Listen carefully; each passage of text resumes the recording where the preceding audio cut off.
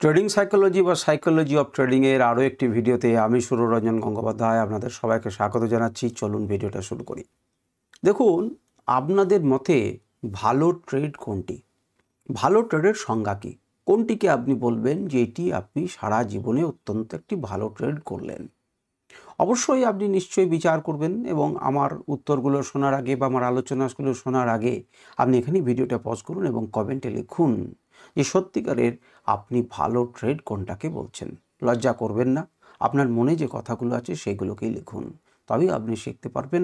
আমি সত্যিকারের ব্যক্তিগতভাবে সেগুলোকে পড়ি এবং কোনো না কোনো ভিডিওতে সেই বিষয়গুলোকে নিয়ে আলোচনা করি যাতে আপনার মনের সংশয় দূর হয়। আপনি যদি ভিডিও স্কিপ করে করে না শুনে থাকেন তাহলে কোনো না কোনো ব্যাপারে আপনি সেখানে উত্তর পাবেন। তো যাই হোক, ভালো ট্রেড কোনটি? ভালো ট্রেডের সংজ্ঞা কী? সাধারণ লোক বা আমরা যারা রয়েছি নর্মাল ট্রেডার, তারা আমরা কী ভাবি ভালো ট্রেড কোনটি? ভালো ট্রেড হচ্ছে যেটি আমি প্রফিট ইনকাম করতে পারবো, সেটি আমার ভালো ট্রেড। সোজা কথা, আমি যদি একটা ট্রেডে 100 টাকা লাগিয়ে থাকি এবং আমি 120 টাকা পেয়ে গেলাম, খুব ভালো। আবার ভালো ট্রেড, তার থেকে ভালো ট্রেড কোনটা? না, 20 জায়গাতে যদি আমি 50 টাকা প্রফিট করতে পারি তাহলে সেটা আরও ভালো ট্রেড। খুব ভালো কথা, এতে কোনো সন্দেহ নেই যেটা ভালো ট্রেড বটেই। কিন্তু আপনার চিন্তাভাবনাকে পাল্টানোর প্রয়োজন আছে।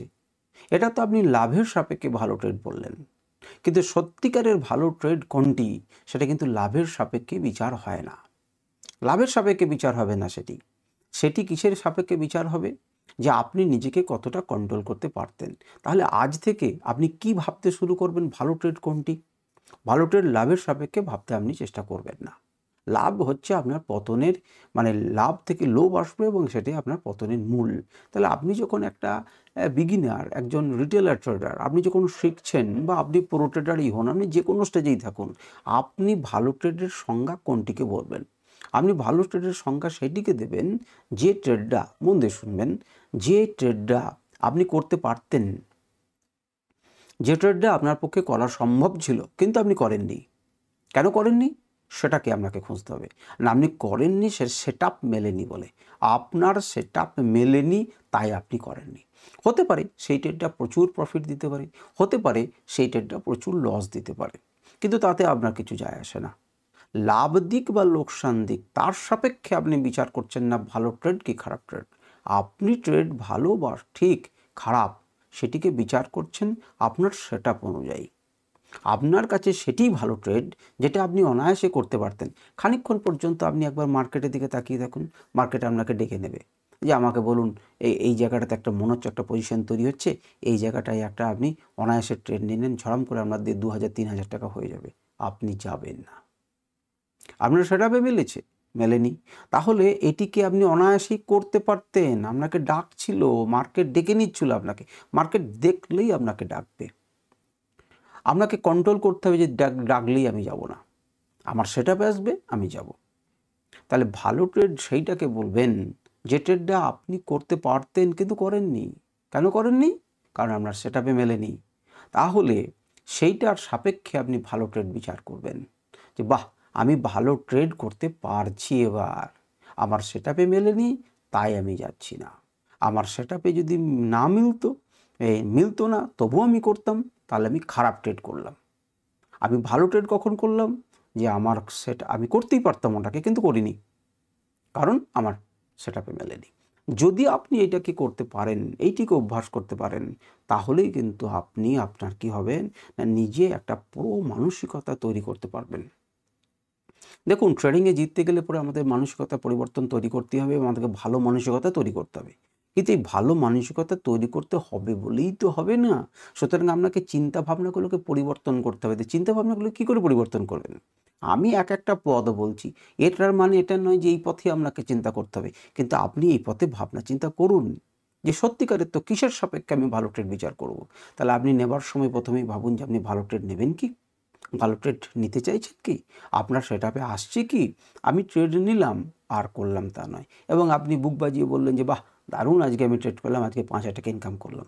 হতে পারে সেটা আপনার সেটআপে মেলেনি, তার সত্ত্বেও আপনি 5,000 টাকা ইনকাম করেছেন, কিন্তু সেটা ভালো ট্রেড নয়। সেটা ভালো ট্রেড নয়। আপনার সেটআপে না আসা সত্ত্বেও আপনি ট্রেডে নিলেন এবং সেখান থেকে আপনার কোটি টাকা ইনকাম হোক, তাহলেও কিন্তু আপনার ভালো সেটআপ নয়। কারণ আপনার মানসিকতাটা খারাপ। যে মানসিকতা, খারাপ মানসিকতা দিয়ে আপনি ওই যে 1 কোটি টাকা ইনকাম করলেন, সে 1 কোটি টাকা কিন্তু অনায়াসে ধূলিসাৎ হয়ে যাবে। আপনার লটারিতে যারা পয়সা জেতে, তারা কতজনকে আপনি দেখেছেন যে তারা পয়সা ধরে রাখতে পেরেছে? কারণ তাদের মানসিকতাগুলো খারাপ হয়ে যায়। অনায়াসে পয়সা পেয়ে যায়, তো সেই জন্য তাদের কাছে অনায়াসে পয়সাটা চলেও যায়। খুব কম লোক আছেন যিনি পয়সাটাকে ধরে রাখতে পারেন, তিনি বোঝেন যে এটার মূল্য কতটা। সুতরাং আপনার কাছে 1 কোটি টাকা এসেছে একটা ভুল ট্রেডে, মানেই কিন্তু একটি ভালো ট্রেড করলেন তা নয়। এটা বাই চান্স আপনাকে ভাগ্য দিয়ে দিয়েছে। এখন আপনি যদি মার্কেট থেকে বেরিয়ে যান, বলেন যে আমার কিছু চাই না, ওকে ফাইন, সেটা আলাদা জিনিস। কিন্তু সেটা আপনি বাই চান্স জিতলেন। সেটা আপনি নিজে কসরত করে, ব্যবসার দৃষ্টিভঙ্গি দিয়ে, নিজের বিশ্লেষণ দিয়ে, যুক্তি দিয়ে, নিজের পরিণত মন দিয়ে, চিন্তাভাবনা দিয়ে, নলেজ দিয়ে, কন্ট্রোল দিয়ে সেটা কিন্তু জিততে পারলেন না। সেটা কেউ না কেউ আপনাকে দিয়ে দিল অনায়াসে, আপনার ভাগ্যে ছিল, হয়ে গেল। দুম করে আমরা লেগে গেল, লাক বাই চান্স আপনার হয়ে গেল। কিন্তু সেটিকে আপনি ভালো ট্রেড বলতে পারেন না। ভালো ট্রেড বলবেন আপনি 4 টাকা ইনকাম করলেন। আপনি 4 টাকা ইনকাম করলেন, দিনের শেষে ব্রোকারেজ দিয়ে আপনার 4 টাকা এলে, কিন্তু according to your strategy, according to your system, according to your setup সেটা এলো। যদি সেটা থাকে, টু গুড, আপনি ভালো করেছেন। সেটআপে আসুক, সেটআপ আপনি নিয়ন্ত্রণ করছেন, নিয়ম আপনি মানছেন। নিয়ম মানলে পরে আপনার এরকম জলের মতো পয়সা সবসময় যে আসবে তা কিন্তু নয়। কিন্তু জলের মতো পয়সা যে চলে যাবে তাও কিন্তু নয়। অর্থাৎ আপনার যুদ্ধ করার ক্যাপিটালটা আপনাকে বাঁচাতে পারবেন, যেটা লং টার্মে আপনাকে মার্কেটে টিকে থাকতে সাহায্য করবে এবং লম্বা সময়ে আপনাকে প্রচুর ইনকাম করতে সাহায্য করবে। নচেৎ দুম করে টাকা আসবে, দুম করে চলে যাবে। সুতরাং আপনি এবার থেকে যখন ট্রেড নেবেন, তখন তো এটা চিন্তাভাবনা করবেনই। পাশাপাশি একটা কাজ করুন তো, আপনি যদি 1 মাসের, 1 বছরের আপনার যে অর্ডার ডেটাগুলো রয়েছে, যেগুলো আপনার হিস্ট্রি আছে, সেগুলোকে দেখুন এবং যদি আপনার কিছু মনে থাকে সেগুলোকে মনে করুন যে কতগুলো বাই চান্স টাকা চলে এসেছিলো, কতগুলো সেটআপ অনুযায়ী চলে এসেছিলো, কতগুলো আপনি ভাবতেই পারেননি যে এত টাকা আসবে এবং দ্রুত সেটাকে কেটে বন্ধ করেছেন এবং তারপরে একটা প্রচুর টাকা আরও ইনকাম হওয়ার সুযোগ ছিল, সেখান থেকে বেরিয়ে এসেছেন। আপনার যদি সেটআপ এবং স্ট্র্যাটেজি ঠিক থাকে, তাহলে আপনি কেটে যাওয়ার পর আর বহু আসার সম্ভাবনা কম আছে। আপনি সঠিক জায়গাতেই বেরবেন, তার থেকে কিছুটা দূরে, কিছুটা উপরে যেতে পারে এবং সেখানে আপনাকেও বলবে যে না, আমি আরও উপরে যেতে পারি, আপনি আবার কিনুন। কিন্তু আপনার সেটআপ যদি সঠিক না থাকে, বাই চান্স যদি চলে আসে না, আমরা কি করি, আমরা একটা 5 লট কিনে নিলাম, মনে করুন নিফটির কোনো অপশান, এবং 5 লট কেনার পরে ভাবছি, মনে মনে ভাবছি যে বা অনেকগুলো অ্যামাউন্ট আছে, 10 পয়েন্ট পেয়ে যাই, 5 পয়েন্ট পেয়ে যাই, টক করে বেরিয়ে যাব। কেন এই ভাবনাটা আপনার মনে আসে? কেন? কারণ আসে আপনার সেটআপ অনুযায়ী আপনি নেননি। আপনি বলছেন যে দিয়ে দাও আমাকে 5-10 পয়েন্ট দিয়ে আমি বেরিয়ে যাই, ওই চাঞ্চল্যটা নিতে পারছি না। আপনার সেটআপ অনুযায়ী এলে পরে আপনি জানবেন যে এখানে আমি ঢুকবো, একটা নির্দিষ্ট লেভেল পর্যন্ত আমার টার্গেট আছে, সেখানে তো যাবেই। না গেলে পরে উল্টো দিকে আমার স্টপ লস দেওয়া আছে, আমার ভয় কিসের? কিসের চিন্তাভাবনা আমার থাকবে? আমি তো লসটা হবে জেনেই গেছি মার্কেটে। তাহলে আপনার সেটআপ অনুযায়ী আপনি চলতে শিখুন। আপনি কখনোই এর বাইরে যাবেন না। ভালো ট্রেড কোনটা সেটাকে বোঝার চেষ্টা করুন। টাকা ইনকামটা ভালো ট্রেড নয়। অ্যাকর্ডিং টু আপনার সিস্টেম আপনি চলতে পারছেন কিনা সেটা দেখাটাই হচ্ছে ভালো ট্রেড। ট্রেড কখনোই নির্ভর করে না আপনার লাভের জন্য।